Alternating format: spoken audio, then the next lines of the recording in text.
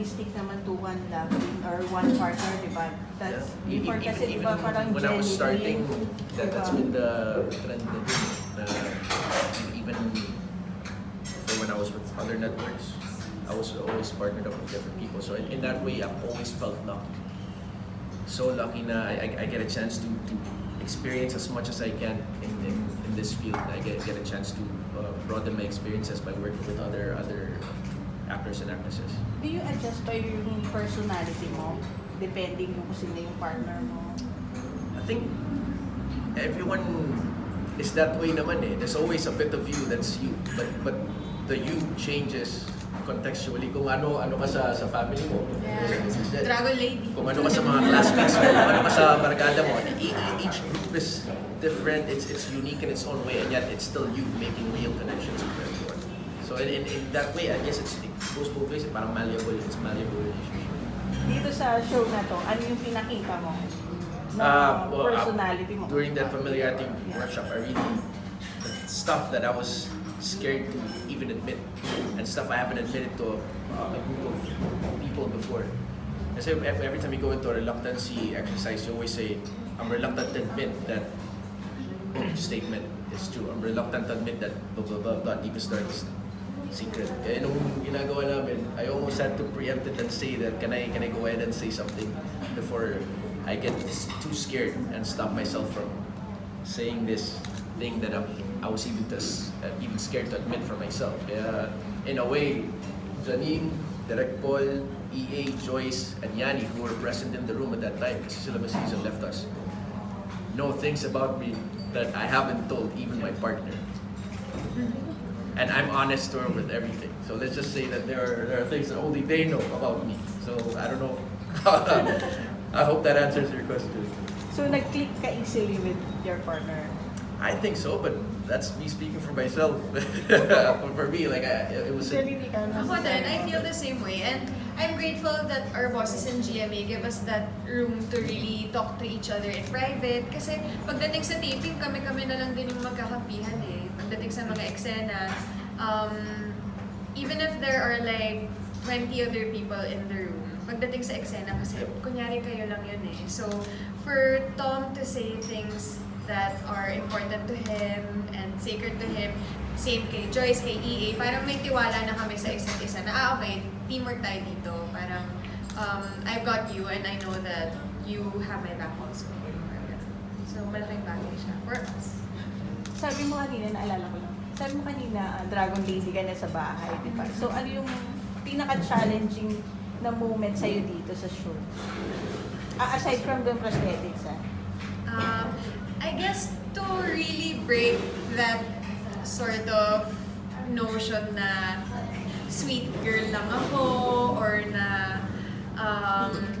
hindi kayang lumaban, kaya lang umiyak.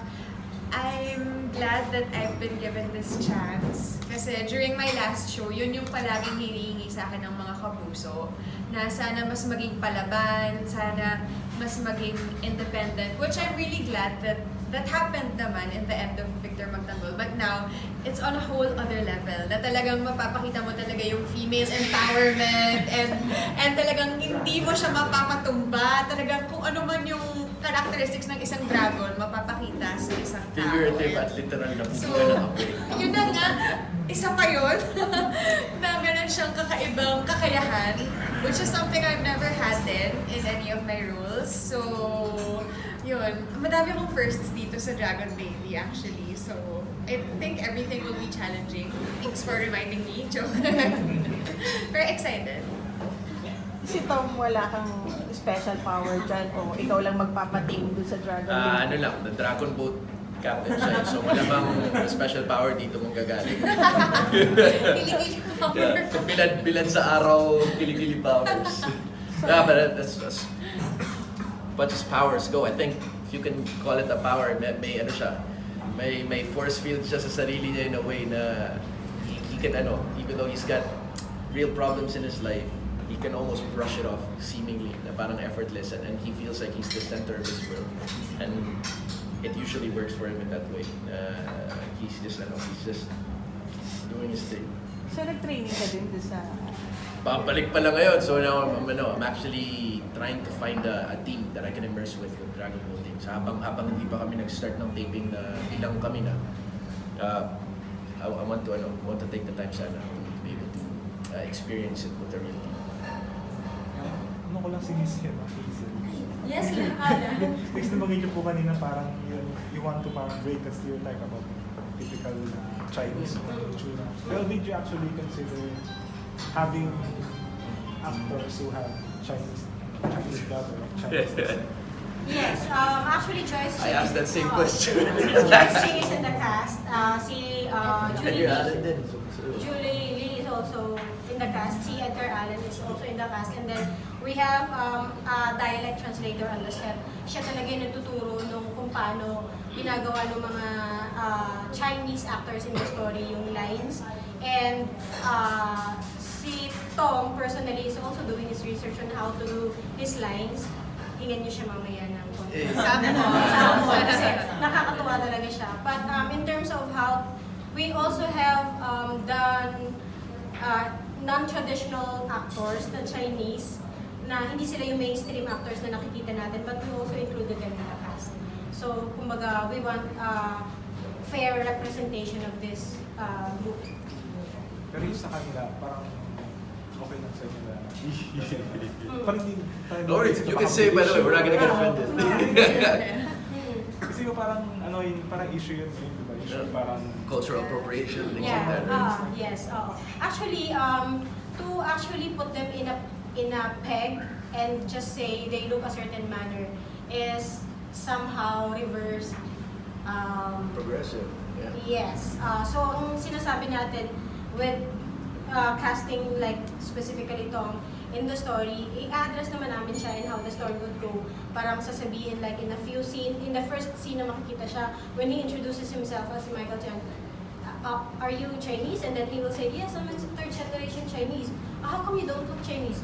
So, sasabihin niya in the usual character na Michael Chan na kaya niya, sabihin niya, dude, your mindset of how the Chinese look like is already updated. We don't look one way anymore. So, ganun siya. Sorry to butt in to say so, but in a way, I feel like it would be kind of like someone telling me that I have no right portraying Vincent Soriano from My Husband's Lover because I'm not part of the LGBT community.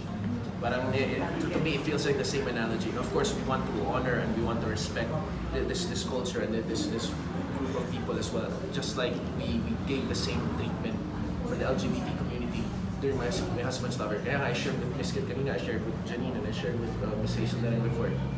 I found it quite brave because at first, how you reacted was the way I reacted. When I found out it was Janine Gutierrez, Tom Rodriguez, and when I read my name before it became Michael Chan, was Michael Hong. Sabi ko, di pa ako adopted dito sa story. Actually, yun din yung ang So I was scratching my head and until I went home and I kind of, after that day, we had the story told to us and we had the familiarity workshop, I kind of just reviewed the whole situation in my head and I saw that, wait, GMA is actually really brave for trying these things. So, because they're willing to try to break the mold in whatever way they can, while still giving the proper respect to the source material and to their inspirations. So at that time, it was for the LGBT community. And yet, although we were doing something that was entertainment, in a way we had a bit of social responsibility on our shoulders as well, na hindi namin maiwasan. So it became a symbiosis along the way, which I hope will be the same thing here. Because right now, where they were tackling the LGBT community or they were tackling your preference in life, this one, it's tackling culture and cultural identity and the like, but trying to do it in a different way. Parang breaking the typical way that the LGBT community was portrayed before. Now we're trying to break the way that the Filipino Chinese community is viewed, while still offering hopefully a window for people to understand what goes on in their lives and have our story on top of that. May consultant. Yes po. We have a script consultant. And then on the set, meron talaga pong Chinese consultant. And very impressive naman yung resume niya. She's been doing like Chinoy, the musical. She's been part of the series of Manopause of Legal. So, medyo, alam niya yung mundo ng industriya ng entertainment. And she is very particular on how lines are being mentioned. Kasi several taping days pa lang, but the pilot will not actually be showing Janine and Tom. So, makikita niya sa pilot ay yung parents nila. So, the mom, parang the side of Janine, ang mommy niya in the story is Bea Benene. Sa kanya magsa-start yung kwento, and then Bea Benene becomes Diana Subiri. And then, yung dad niya in the story, si Derek Monasterio is going to be a guest role. And then ang magiging dad niya talaga in the story, who is James Blanco, will be portrayed by Christopher Martin in the first part of the story. We're also guesting Leo Martinez as a Chinese patriarch, very instrumental in the story. Tapos, how he delivers his line, he even, minsan, sinesecond guess niya yung sarili niya. Pag nagsa-Chinese line siya, pag after ng take, tatanungin niya yung consultant, sabi niya, tama ba ako? Kasi parang feeling ko, patanggan niya yung attack ko. And then, sasabihin it's very funny, during that taping, tapos sasabihin ng consultant, okay lang yun because na-infuse mo na yung, you actually did not sound Batanggenyo. Sakto naman yung pagkakabigkas mo. May ganun po kayo. Pero may dragon